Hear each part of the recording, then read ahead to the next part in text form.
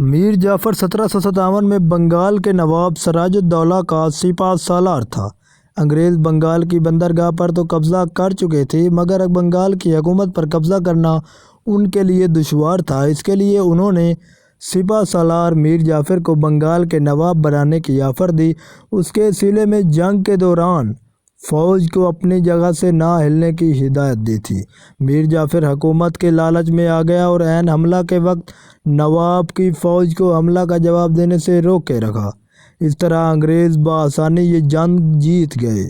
نواب کو گرفتار کر لیا گیا اور کچھ عرصہ بعد میر جعفر کو بنگال کا نواب بنا دیا گیا، مگر اس کی نااہلی اور عیاش مزاج طبیعت کے باعث انگریزوں نے پہلے اس کے بھتیجے کو نواب بنایا اور پھر اسے بھی ہٹا کر پورے بنگال پر ایسٹ انڈیا کمپنی کو حکومت دی۔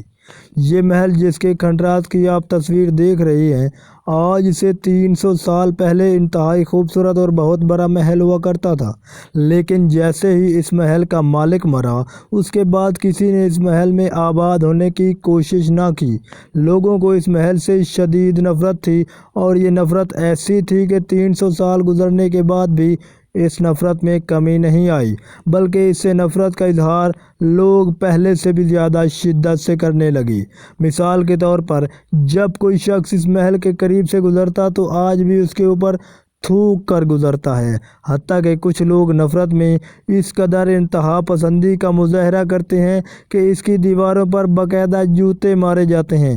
انسانوں کی تاریخ میں یہ پہلی عمارت ہے جس سے نفرت کی جاتی ہے، اور یہ بھی ایک تاریخی عمارت ہے کہ کسی عمارت کو اس سے پہلے اتنا نفرت انگیز نام نہیں دیا گیا۔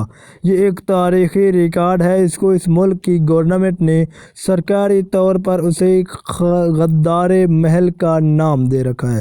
یہ بات تو شاید آپ کے لیے اتنی بڑی نہ ہو کہ کسی ملک میں کوئی حکومت کسی تعصب کی وجہ سے یا نفرت کی وجہ سے ایسا نام دے سکتی ہے، لیکن یہ بات حیرت کی ہے کہ سب سے بڑے عالمی ادارے یونیسکو نے بھی اسے غدار محل کا نام دیا ہے۔ اس عمارت کو نہ تو استعمال کیا جا سکتا ہے، نہ ہی اسے توڑا جا سکتا ہے، اور نہ ہی اس کا نام تبدیل کیا جا سکتا ہے۔ اس بات سے اندازہ لگا لیجئے کہ وہ شخص کس قدر بدبخت تھا کہ جس کی نفرت تاریخ کا حصہ بن کر رہ گئی ہے۔ اس دنیا میں آج تک کروڑوں اربوں انسان گزر چکے ہیں جس سے ان کے جرائم اور گناہوں کی وجہ سے شدید نفرت کی جاتی ہے، لیکن کسی کو بھی تاریخ نے اتنی نفرت سے یاد نہیں کیا کہ اس کے گھر کے نام کو بھی نفرت کے نام میں تبدیل کر دیا جائے کہ اس شخص نے غداری کی تھی۔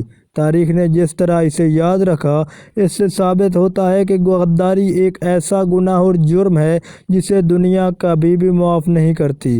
انتہائی مزے کی بات ہے کہ اس غدار شخص نے جن لوگوں کے لیے اپنی قوم اور ملک سے غداری کی، انہی لوگوں نے اسے تاریخ کا سب سے بڑا غدار قرار دیا۔ اس محل کو غدار کے محل کا نام دیا گیا۔ وہ شخص میر جعفر تھا۔